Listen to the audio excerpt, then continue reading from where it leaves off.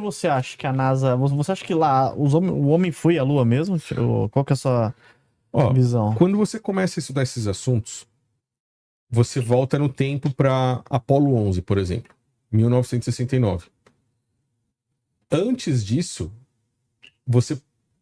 para que você possa entender essas informações, você precisa voltar ainda mais. Sim. E eu gosto de falar pro pessoal assim, um dos fundadores ocultos da NASA foi um cara que se chamou Jack Parsons. Não sei se você já ouviu falar dele alguma vez. Parsons não. Ele foi um engenheiro de foguetes, altamente inteligente, e era considerado praticamente autodidata. Ele era especialista em explosões e foi o cara que criou os motores dos foguetes que ainda são usados hoje e que anos depois foram implementados pela NASA. Né? Eles foram implementados pela NASA lá na época de 1950, mais ou menos, pela criação do Jack Parsons. Os foguetes foram modulados da forma que ele também fez ali os seus projetos e planos, e até hoje eles são utilizados. Só que, quem era Jack Parsons? Quando a gente olha isso, a gente percebe que existe um mundo que não é apenas físico, mas também espiritual. Principalmente na mente dos caras que deram origem a tudo isso. Eu não sei se o Matheus consegue colocar aí pra gente. Coloca aí na tela, a nossa Matheus, primeira imagem. Para que eu vou colocar aqui, eu possa ir mostrando o pessoal tá vendo entender. lá. Vou colocar aqui, ó. Deus. Dá pra subir aí, ó. Boa, essa é a primeira. Olha aí. A NASA. É a outra, Deus. Qual que é? Essa daí é a primeira. É a primeira essa mesmo, essa mesmo. Essa mesmo. Essa mesmo. Você pode falar, Thiago, você fala mesmo. Quando a gente observa a história de Jack Parsons, você percebe que ele não é simplesmente um engenheiro de foguetes comum. Um engenheiro de foguetes como qualquer um outro que a NASA tem atualmente.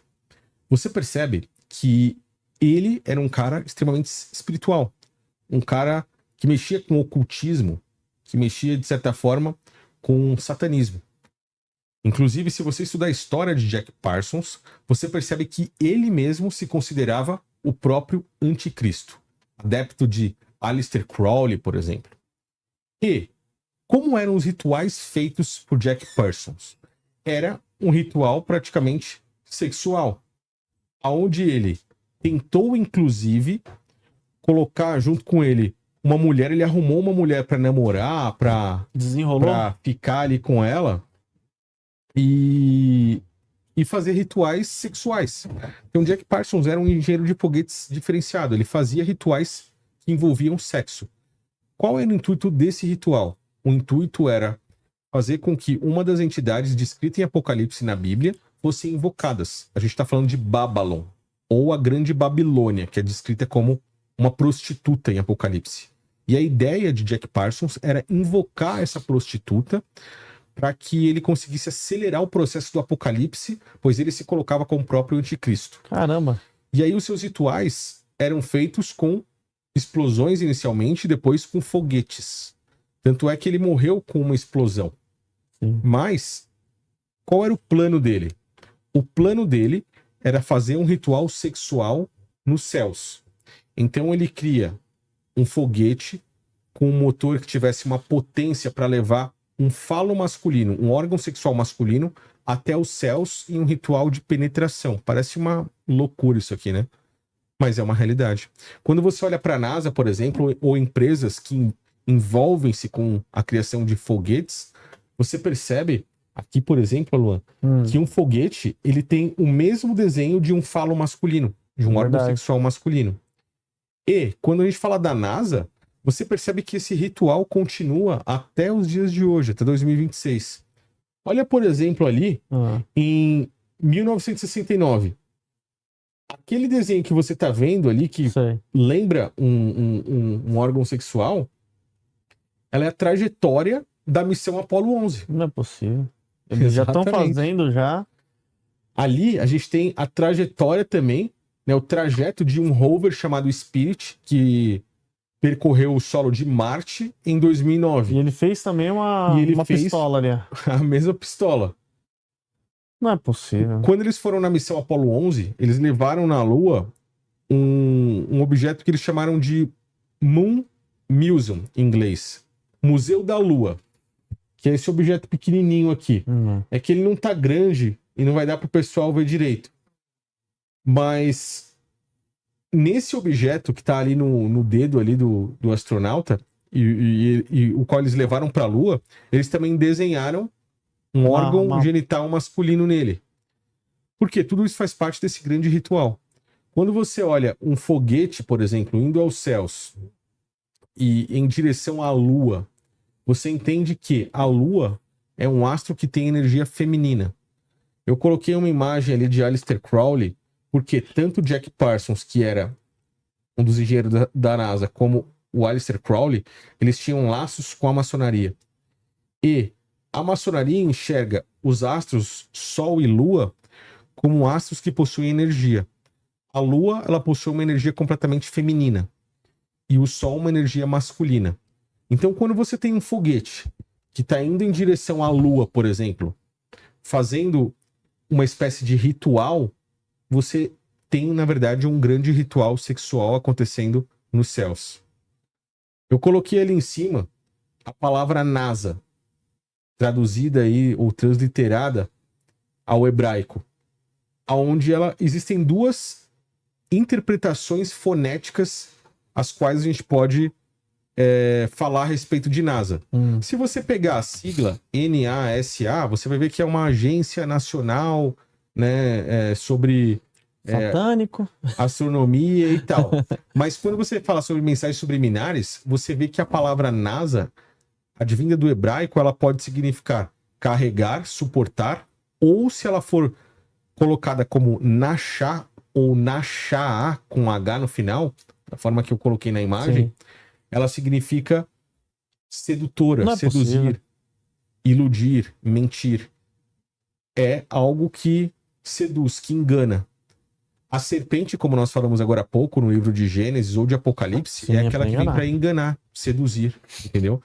E o próprio símbolo da NASA, pode ser coincidência ou não, ele tem ali uma imagem vermelha que nos remete à serpente também. Olha aí, a língua da serpente. Né? Tanto que na imagem ali, ela aparece ao lado do símbolo da NASA. É uma empresa que está aí para enganar, para seduzir. Então, na minha opinião, o que estão fazendo é a continuação de um ritual espiritual ocultista. Você pode falar, mas que absurdo é esse? Cara, os arquivos de Epstein, que vimos alguns meses atrás, mostraram diversos rituais feitos pela elite política, principalmente americana, onde eles, inclusive, estavam comendo bebês. Então, como é que você vai falar que os caras não estão fazendo um ritual desse? Que é mais simples. Para invocação, que seria assim, pode ser mais caro, financeiramente sim, falando, para nós, né? Que mas somos, pra eles é o quê, né? Que somos meros mortais, mas para eles dinheiro não falta. Não importa.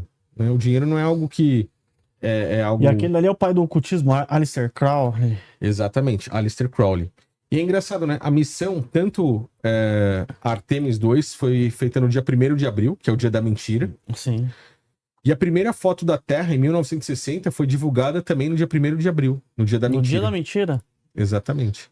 Se a gente está falando de uma empresa que tem um nome que traz aí, de certa forma, a mentira, o engano, a ilusão por são trás dela. São muitas informações que batem ali com um grande engano mesmo, né, Thiago? Bate com um grande engano. E quando isso daí o Sérgio explica isso daí? Tudo pro Sérgio é coincidência. Eu não vejo a hora do Sérgio voltar de viagem aí pra gente conversar sobre isso. Fazer um bate-papo desse daí. Porque, assim, eu sei, o Sérgio não acredita em nada disso. Não. Eu queria saber a opinião dele sobre Jack Parsons, que é um ocultista, foi um ocultista assumido. Sim. Você tem relatos históricos dos rituais que ele fazia. Encontraram uma caixa na casa dele após o falecimento do Jack Parsons, onde tinha várias informações, mensagens, cartas dele. Inclusive, em um dos rituais que ele fez, diz ele que conseguiu invocar essa deusa Babalon. Tanto é que algumas páginas de um livro que foi escrito, um livro que era usado também ali pelos adeptos de Aleister Crowley, foi Jack Parsons conversando com essa deusa Babalon, essa deusa Babilônia. Caramba. E aí, para que ele conseguisse invocar ela, ele foi se aprimorando nesses rituais de invocação.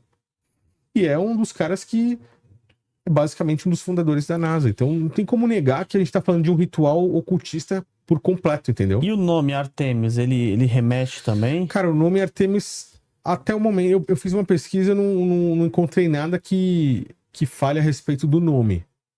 Mas quando a gente olha o símbolo da Artemis, a gente vê algo curioso também nele. Que é o azinho, né, ali, ó. Por exemplo, ó, a gente tem o símbolo nessa parte de baixo da imagem, que é um símbolo que remete à pirâmide maçônica. Se a gente está falando de Aleister Crowley e de Jack Parsons, que foram adoradores maçons, você entende que os adeptos a isso, que estão na NASA ainda até hoje, também vão continuar, né, Nossa, seguindo com esses rituais. Tem até livro dele ali, Rituais de Aleister Crowley. É um livro aquilo ali? São livros. Tem vários. Ele escreveu vários livros, inclusive ele escreveu livros dizendo que foram entidades que passaram pra ele. Passaram para ele. Jack Parsons também. Entendeu? O próprio símbolo da Artemis, ele remete ao controle mental. Porque essa estrada que sai daqui, passa por debaixo ali do triângulo, né? Sim. E vai pro fundo, ela faz uma referência àquele arco que tá lá no canto esquerdo da imagem, que é o arco royal maçônico, e faz uma referência ao controle mental monarca. Que é o quê? É uma das formas do sistema controlar a massa, controlar a população. Artistas, cantores, cantoras, artistas de Hollywood, eles são controlados via controle mental. E esse controle mental chega até nós, na maioria das vezes, por essas grandes instituições ou por essas marionetes, esses fantoches da indústria, entendeu? Então, a NASA é uma empresa que controla as pessoas mentalmente. Tanto é que você pode ter certeza. Se a gente parar para olhar aí o chat, as pessoas comentando, sempre vão ter aqueles que são fãs por completo, que vão abordar esses assuntos de uma forma completamente cega e iludidos, né? Dizendo que isso tudo é uma grande teoria da conspiração, que isso não existe, mas assim, nenhum deles consegue refutar a história de Jack Parsons, que é um ocultista assumido, que fazia rituais a céu aberto aí para invocação de entidades. Então, as pessoas acham que isso é loucura, mas não procuram pesquisar a base de tudo isso, que é a base da história. Quer ver? Matheus, coloca a próxima imagem aí pra gente.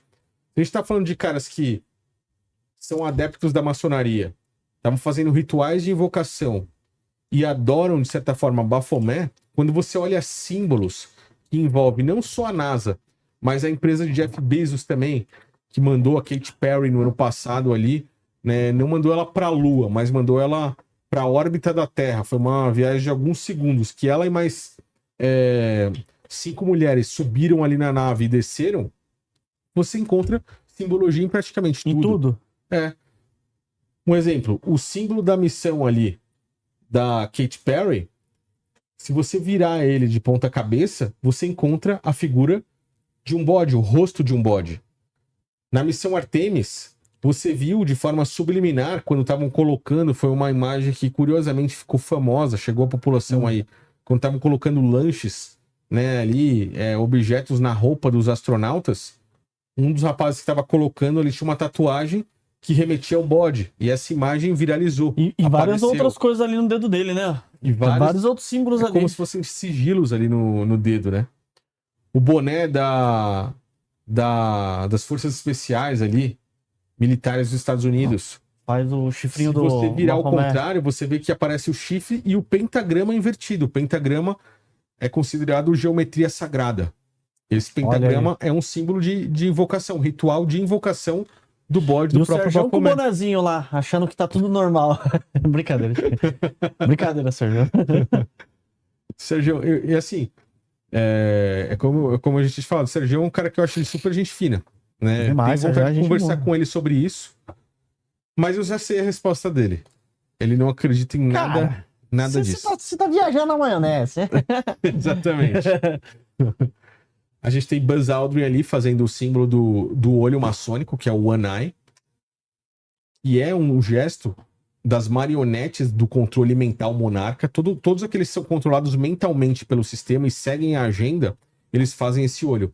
Provavelmente você, o pessoal que está assistindo também, já deve ter visto muitos desses cantores, alguns influenciadores, artistas, né, de filme aí, atores, atrizes de filme, fazendo esse gesto com o olho, tampando um dos olhos. Sim. Porque esse gesto, ele faz referência ao olho que tudo vê, que reflete o próprio anticristo, o único líder global.